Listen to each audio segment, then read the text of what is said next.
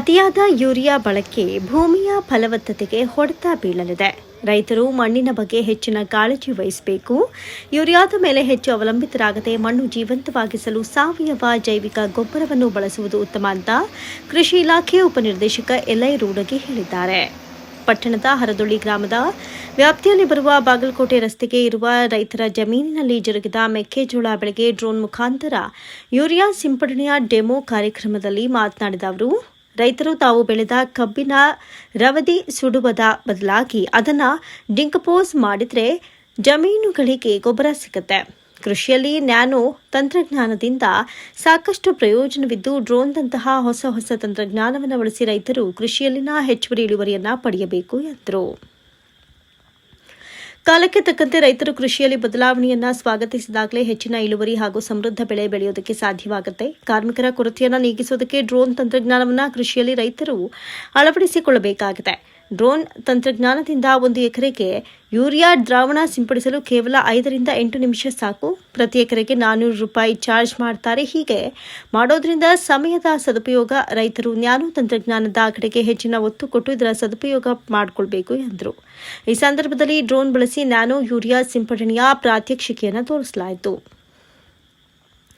ಇನ್ನು ಈ ಸಂದರ್ಭದಲ್ಲಿ ಸಹಾಯಕ ಕೃಷಿ ನಿರ್ದೇಶಕರುಗಳಾದ ಅಶೋಕ ತಿರಕನ್ನವರ್, ಎಸ್ಪಿ ಹುಳ್ಳೋಳಿ, ಬಸವರಾಜ ಮಾಳೇದ, ಕೃಷಿಕ ಸಮಾಜದ ತಾಲೂಕು ಅಧ್ಯಕ್ಷ ಮೊಕಾಶಿ ಇದಲಗಿ, ಪ್ರಗತಿಪರ ರೈತರಾದಂತಹ ಘಂಟೇಶ ಬಿಳಗಿ, ಮಾರುತಿ ದ್ಯಾಮನಗೌಡ್ರ, ರಮೇಶ ಅಗಸಿಮನಿ, ಯಲ್ಲಪ್ಪ ಬಸರಕೋಡ, ಯಮನಪ್ಪ ಹಿರೇಗೌಡರ, ಸಿದ್ದಪ್ಪ ಗೌಡ್ರ, ಮುಖಪ್ಪ ಹುನ್ನೂರ, ಶಿವಲಿಂಗಪ್ಪ ಹಡಪದ, ಕೆಬಿ ಸೀತಿಮನಿ, ರಾಮಣ್ಣ ಬಂಡಿವಡ್ಡರ, ಅತ್ತಾರ, ಶಿವಜಾತಯ್ಯ ಹಿರೇಮಠ, ಮಲ್ಲನಗೌಡ ಗೌಡ್ರ, ಕೋಟಿಕಲ್, ಪಿಕೆಪಿಎಸ್ ಉಪಾಧ್ಯಕ್ಷ ಲಕ್ಷ್ಮಣ ಹಾಲನ್ನವರ, ಕೃಷಿ ಅಧಿಕಾರಿ ಆನಂದಗೌಡ ಇತರರು ಹಾಜರಿದ್ದರು. ಇತ್ತೀಚಿನ ದಿನಗಳಲ್ಲಿ ನೋಡ್ತಾ ಇರಬಹುದು, ಯೂರಿಯಾ ಕಡಿಮೆ ಅಂತೇಳಿ ಯೂರಿಯಾ ಈ ವರ್ಷ ಬಾಗಲಕೋಟೆ ಜಿಲ್ಲೆಯಲ್ಲಿ 60,000 ಹೆಕ್ಟರ್ ಗುರಿಗೆ ನಾವು 80,000 ಹೆಕ್ಟರನ್ನು ಗೊಂಜಾಳ ನಮ್ಮಲ್ಲಿ ಆಗಿದೆ. ಹೀಗಾಗಿ ಅದರ ಟಾಪ್ ಡ್ರೆಸ್ಸಿಂಗು ಇದು ಮಾಡಬೇಕಂದ್ರೆ ಅದನ್ನು ಸಹಿತ ಹೆಚ್ಚಿಗೆ ಏನೀಗ ಯುದ್ಧಗಳು, ಅದು ಉಕ್ರೇನ್ ಆಗಲಿ ಬೇರೆ ರಷ್ಯಾ ಅದೇ, ಯಾಕಂದರೆ ಇಂಪೋರ್ಟ್ ಮಾಡ್ಕೋಬೇಕೈತಿ. ಇಂಪೋರ್ಟ್ ಮಾಡೋ ಹೊತ್ತಿನಾಗ ಅದನ್ನು ಟ್ರಾನ್ಸ್ಪೋರ್ಟೇಷನ್ಗೆ ಪ್ರಾಬ್ಲಮ್ ಆಗಿ ಈಗ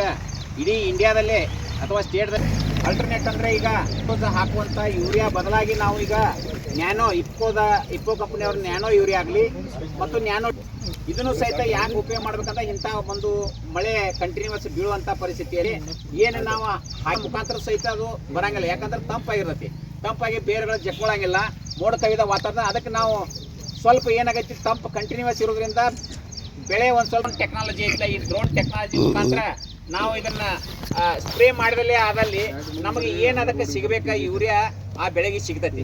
ಈ ನಿಟ್ಟಿನಲ್ಲಿ ಇದನ್ನು ನಾವು ಈಗ 45 kgದು 40 kgದು ಯೂರಿಯಾ ಬ್ಯಾಗ್ ಒಂದಿದೆ.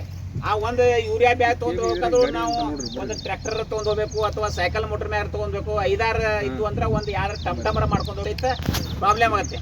ಅದನ್ನು ಒಂದು ತಡೆಗಟ್ಟುವ ನಿಟ್ಟಿನಲ್ಲಿ ಇದನ್ನು ನಾವು ಒಂದು ಚೀಲ್ನಾಗ ಒಂದು 5-6 ಲೀಟರ್ನ ಸಹಿತ ಸೈಕಲ್ ಮೋಟ್ರಿಗೆ ರೈತರು ಹಾಕೊಂಡು 5-6 ಎಕರೆ ಕವರ್ ಮಾಡ್ಬೋದು. ಇದು 500 ml ಅದು. ಇದನ್ನು ಒಂದು ಬ್ಯಾಗಿಗೆ ಈಕ್ವಲ್ ಅಂತ ನಾವು ಹೇಳ್ಬೋದು. ಯಾಕಂದ್ರೆ ಸ್ಪ್ರೇ ಮಾಡಿದ್ರೆ ಅಂದ್ರೆ ಇದನ್ನು ಉಪಯೋಗ ಮಾಡ್ಬೋದು. ಇದರಿಂದ ಏನೈತಿ, ಒಂದು ಈಗ ಲೇಬರು ಸಿಗಂಗಿಲ್ಲ, ನಮ್ಗೆ ಹಾಕಬೇಕಂದ್ರೆ ಲೇಬರು ಸಿಗಂಗಿಲ್ಲ. ಈ ಡ್ರೋನ್ ಟೆಕ್ನಾಲಜಿ ಅಥವಾ ಡ್ರೋನ್ ಏನು ಇದನ್ನು ಯೂಸ್ ಮಾಡಿದೀವಿ ಅಂದ್ರೆ ಕನಿಷ್ಠ 8 ರಿಂದ 10 ಮಿನಿಟಿನಲ್ಲೇ ನಾವು ಒಂದು ಎಕರೆ ಇದನ್ನು ಕವರ್ ಮಾಡ್ತದೆ. ಇದು ಏನಂದ್ರೆ ಒಂದು ಎಕರೆ 10 ಮಿನಿಟ್ನಾಗ ಕವರ್ ಮಾಡ್ತದೆ. ನಿಮ್ಮದು ಆಟೋಮೆಟಿಕ್ ಇದೆ. ಅದ ಕಂಪನಿ ವತಿಯಿಂದ ಇದನ್ನು 400 ರಿಂದ 500 ಪ್ರತಿ ಎಕರೆಗೆ ಅವರು ಚಾರ್ಜ್ ಮಾಡ್ತಾರೆ. ಇದು ಕೆಮಿಕಲ್ಸ್ ನಂಬುದು ಅವ್ರದ್ದು ಮಾಡ್ತಾರೆ. ಅದನ್ನು ಸಹಿತ ತಾವು ಉಪಯೋಗ ಒಂದು 10-15 ಎಕರೆ ಯಾರಾದ್ರೂ ಹೊಡ್ಸೋದಿತ್ತಂದ್ರೆ ನೀವು ಅವರಿಗೆ ಫೋನ್ ಮಾಡಿದ್ರಿ ಅಂದ್ರೆ ಅವರಾಗೇನೆ ಬಂದು ಇಲ್ಲಿ ಸ್ಪ್ರೇ ಮಾಡಿ ಹೋಗ್ತಾರೆ. ಯಾಕಂದ್ರೆ ಇತ್ತೀಚಿನ ದಿನಗಳಿಗೆ ನೋಡಿರ್ಬೋದು, ಲೇಬರ್ದು ಭಾಳ ಶಾರ್ಟೇಜ್ ಇದೆ. ಆ ನಿಟ್ಟಿನಲ್ಲಿ ನಾವು ಇದನ್ನು ಉಪಯೋಗ ಮಾಡ್ಕೊಂಡೇವೆ ಅಂದ್ರೆ ಆಟೋಮೆಟಿಕ್ ನಾವು ಲೇಬರ್ದು ಒಂದು ಏನೈತಿ ನಾವು ಬಳಕೆ ಮಾಡ್ಲಾರ್ದೇ ಟೆಕ್ನಾಲಜಿ ಯೂಸ್ ಮಾಡ್ಬೇಕೈತಿ.